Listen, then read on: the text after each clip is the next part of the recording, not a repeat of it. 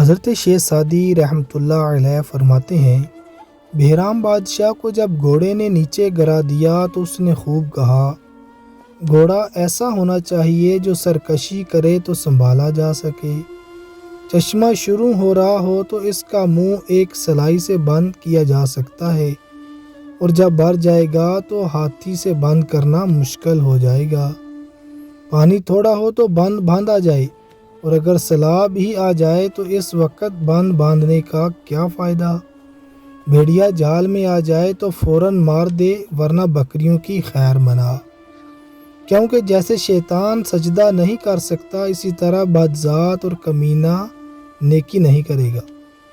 لہذا دشمن کنویں میں قید بہتر اور جن بوتل میں بند ہی اچھا ہے۔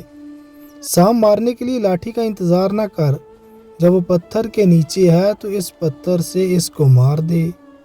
جو کلرک غداری کرتا ہے اس کے ہاتھ قلم کر دینا ہی اچھا ہے۔ جو وزیر برا قانون بنائے گا وہ ضرور تجھے آگ میں جھونکے گا۔